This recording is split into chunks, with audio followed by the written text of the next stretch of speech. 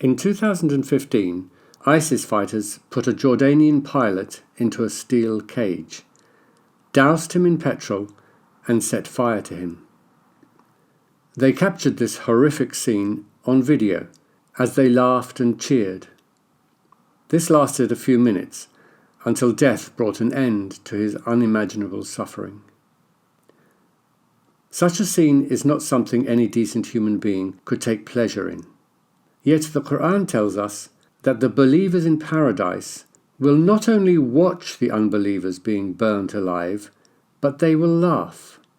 It will be amongst the joys of paradise. Believers will be provided with front row seats, couches, on which to relax and enjoy the sight of unbelievers being repeatedly burnt alive. Not for a few minutes like this poor man, but kept alive and prevented from dying, so their agony never ends. Today the believers will be laughing at the unbelievers, watching while reclining on raised couches. I recently pointed out the obscene nature of this verse in a post. A Muslim responded by accusing me of twisting the truth and malicious deception, because I had not quoted the whole context.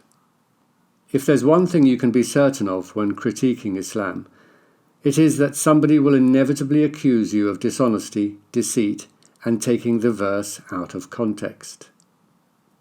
The verse is part of a passage that juxtaposes unbelievers mocking believers with believers mocking the inhabitants of hell. But does that improve matters at all? I will let you decide. Here's the whole passage. Indeed, the sinners used to laugh at those who believed, and when they passed them by, they would wink at each other mockingly, and when they returned to their own people, they would return exultantly, and whenever they saw them, they would say, "Behold, these are the people truly astray," but they had not been sent as guardians over them. So today the believers will be laughing at the unbelievers, watching while reclining on raised couches. Have not the disbelievers been paid back for what they used to do?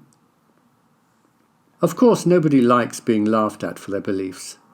But how can that possibly be compared to laughing at the sight of a human being being burnt alive eternally?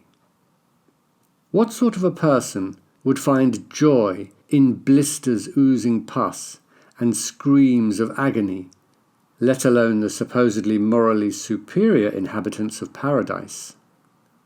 Are they not the blessed company who represents the best and highest moral virtues?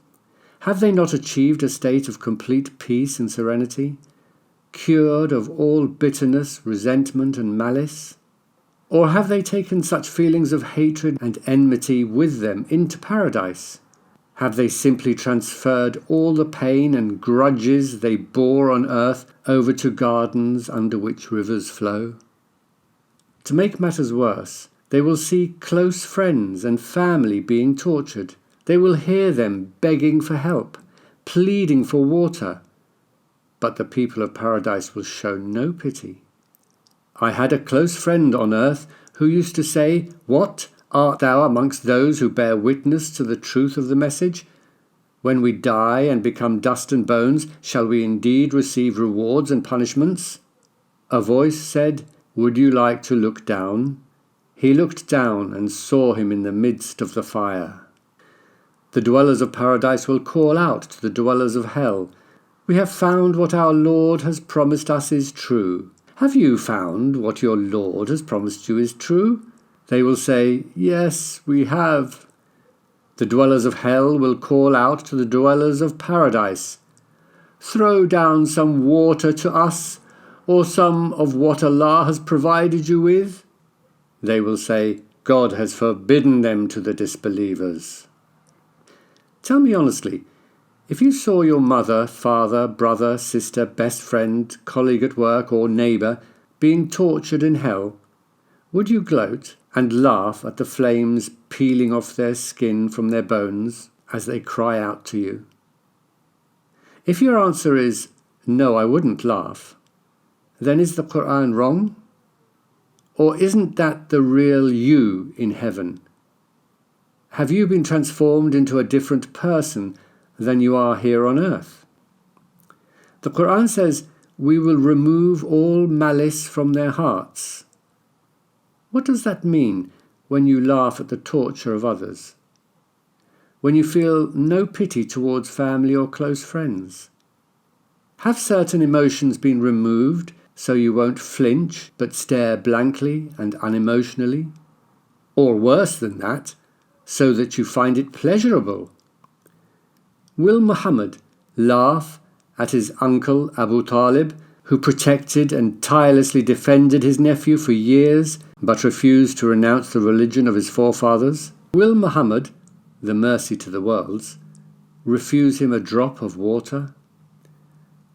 After a few billion years of pleasure in paradise, will you not pause, even for a fleeting moment, to pity those suffering endless torture? Apart from the sickening display of delight and shocking lack of compassion presented in this verse, wouldn't carrying such vindictive hatred, at the very least, diminish your peace of mind? Does the eternal evil of unreconciled souls tortured in hell represent a failure of some sort? Or did God want evil to remain eternally within sight of paradise? The Tafsir of At-Tabari quotes Ibn Abbas regarding this verse: "The wall between paradise and hell will be opened for them. In it are doors so believers can watch the people of hell. The believers will be reclining on elevated seats, watching the ways they are tortured, and will laugh at them, because this is amongst that which Allah will gladden their eyes with, how Allah takes revenge on them." Seriously? The sight of flesh burning will gladden their eyes? The sight of skulls exploding and eyes spitting blood will send them into rapturous laughter? Reclining on raised couches so they can get a better look?